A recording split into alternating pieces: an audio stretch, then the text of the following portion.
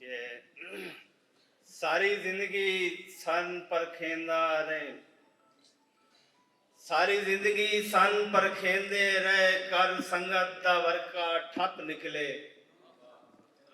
जै मोढियां नाल खलोवना हा उवे अंगल शरीक दी नप निकले। ते मसे मट्टी आई साज सजोक दी लां, हथी अपने बेली कप निकले। जैथे असलम ढेर इतबार कितो से उवे सज्जन अस्तीन दे सप निकले।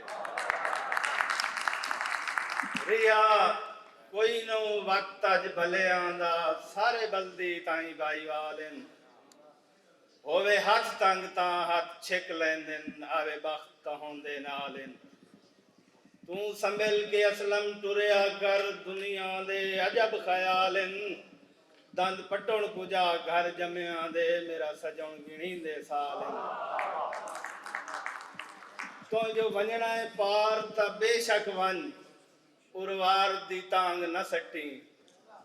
मैं नौकर तेरी नस्ल दा हां, हुबदार दी तांग न सटी।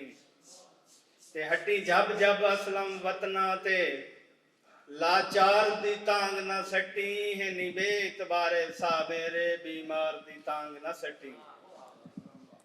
तुहाडे सुख दी खातिर असी सुख अपने तुहाडे कान नीलाम चकीते।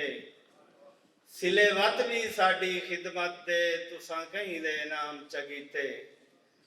ते जेड़े नन करने कम जिंदगी विच, तुसां सर अंजाम चकीते। साडा कोई ना असलम फुटन ते दिल, तुसां खत्म सलाम चकीते। तो जो मैनू सट के चन परदेस नवन, ना दिल दियां सुंजियां जाई कर। मेरा पहले ही हाथ है सीने ते, ना जिगर ते बालियां भाई कर। ते पै त्रुटदे न हौसले अखियां दे, कुछ तू ही नेक निगाही कर। अग्गा पता नहीं असलम जिंदगी दा, तोड़े आए ताई दी थाई कर। ते आखिरी तोड़ा त्रुट वंजना है सिलसिला सावां दा, जदां रूह सफराई हो वंजना है। अगू अखीं दे रात अंधेरी होसी, उदा खत्म निगाही हो वंजना है।